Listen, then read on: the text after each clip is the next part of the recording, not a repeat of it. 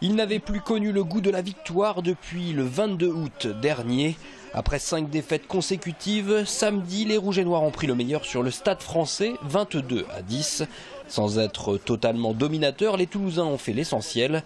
Rassurants sur les fondamentaux, en touche et en mêlée, parfois percutants comme sur cet essai de Gaël Fickou. À Ernest Vallon, les joueurs de Guinoves ont semblé retrouver confiance et sérénité. Une victoire, on peut être que joyeux. Après, on va pas s'enflammer. On a bien vu que si on respectait les règles à la lettre et qu'on prenait pas de carton, on faisait pas de faute de main, ça devrait passer sûrement, quoi.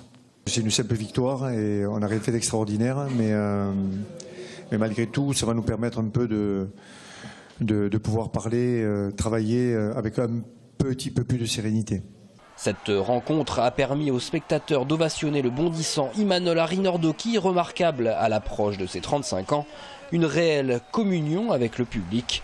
Un autre Toulousain s'est mis en évidence. Il s'agit du jeune Julien Marchand, formé à Montrégeau. À 19 ans, encore espoir, ce talonneur a parfaitement assumé ses responsabilités pour son premier match pro. Sa performance à un poste clé de la première ligne a bluffé nombre d'observateurs. Son humilité en conférence de presse a rafraîchi l'assistance.